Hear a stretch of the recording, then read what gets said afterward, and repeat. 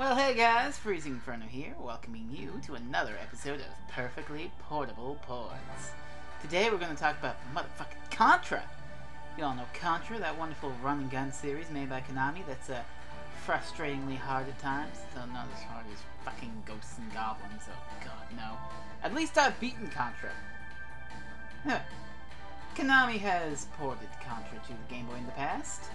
With 1991's Operation C. I owned that. It's fucking amazing.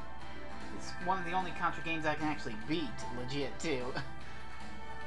Anyway, with the release of the Super Nintendo and Contra 3, The Alien Wars, Konami created a port of that game for the Game Boy. 1994's Contra, The Alien Wars for the Game Boy. With Super Game Boy support. Oh, do you see that little logo? That is Super Game Boy. Super Game Boy is fucking amazing. So, once again, I'm going to show you a brief section of the Super Nintendo Classic Contra 3 before we delve right into the port portion of the video. See you there!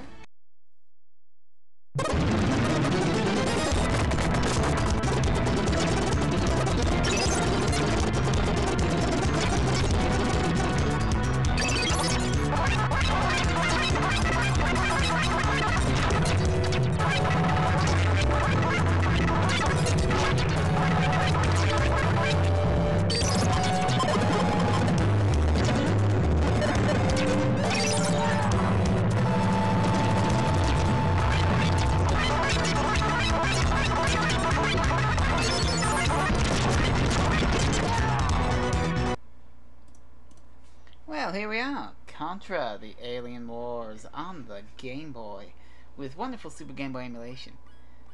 So we'll just start it up fresh. It looks remarkably the same. Only a few colors, but hey, this is better than monochrome like you would get if you were playing on a real handheld. Oh, also, you can't duck over those things, it seems. You can only crouch. Ugh. Plays a bit slower. Also, only one power at a time. No power switching like you had in the Super Nintendo version. Music is pretty solid, though. And you got lots of these explosions. Hey, it ain't bad for monochrome, I'll give it that. Now, oh, we're coming to that big tower thing. No cannons on it like there would be on Super Nintendo. Just a big thing. And we blew it up. Hooray! Also worth noting, Factor 5 developed this game. Also responsible for Indiana Jones' Greatest Adventures and the Star Wars Rogue Squadron and other assorted games. Also, the Tank Fire is an actual tank bullet thing. Just a giant bullet. Pew! Ah. That's that damn tank. Just get rid of these guys with my homing gun. Oh, that bomb came out of nowhere. Where is that? I guess I left a guy alive somewhere. Crush gun.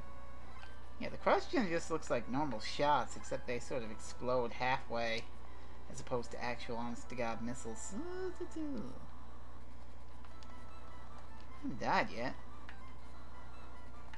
That might change any time now. Oh, another crush gun. Ah, here's the famous spot. Can you do the thing? I don't know how you do the pose. Select? No, select just sort of tints the color for some whatever reason. Or that might have been just the actual graphic effect. Anyway, we've got fire down here now. And these damn hopping fireball things that really are quite... Whoa, that was actually very close. Come on. Ah! Bloody hell. Okay, you can just hold down. I'll just get rid of these things. They're kind of a nuisance. Can you get rid of these things? I know you could, huh? Yeah, you can. You can totally get rid of those things. There we go. Just takes a little work, is all. Hey, a spreader gun. Oh! Huh. Could have sworn you had a lot more time. Anyway, keep rolling with this. We're almost here. Fire should melt away. Yeah, just abruptly leaves. And now we've got this boss. The giant turtle thing. Once again, you gotta shoot his heart as his weak point. Whoa! He moves his head pretty far towards you. Just shoot his damn head. Oh, he's dead. Nothing to it. Well, I guess that's all I'll show you of a Contra Alien Wars on the Game Boy. So that's it, right? Wrong! Look what happened to hit the GBA. It's Contra Advanced Alien Wars EX. It's sort of a port of Contra 3, except there were certain levels that had like Mode 7 effects and stuff in the original Contra 3. Now, Contra Alien Wars on Game Boy sort of did those, except with a little top-down perspective. But Contra Advanced takes those out and instead puts in levels from the Genesis Contra game, Contra Hardcore. Crazy, huh? Well, why don't we take a look at Contra Advance? Just a quick one. Well now, come take a gander at this. First level's pretty much just a straight port of Contra, except it sounds a lot worse. GBA didn't quite have the Super Nintendo's processor. Also, again, only one weapon slot. At least I can duck past these turrets now. Come on, Mr. Contra fellow. Grab me a homing gun. No, laser. I'm indecisive about my weapon choices. Come on. Ah! Yeah, not very good at Contra. Not in the slightest. Dear God.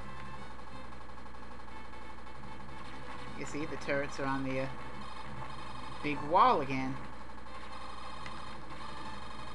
Shoot this damn thing down. Now we've got a great big fireball again for our tank. Woo! God damn, you gotta love running around in a tank just blowing shit up. Wow!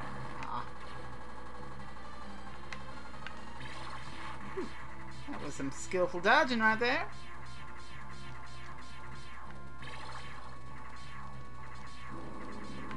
Jump over here and here. There we go. Oh, there's a mini boss here. Was not present in the Game Boy port.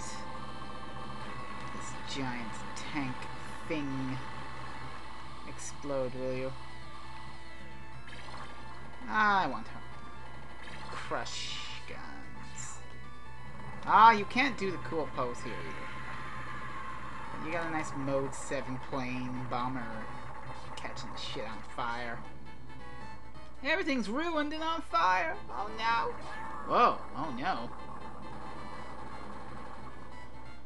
Also, I think Contra GB gave you like 5 lives right off the bat, whereas this one gives you 3. That's kind of weird. It's a bit...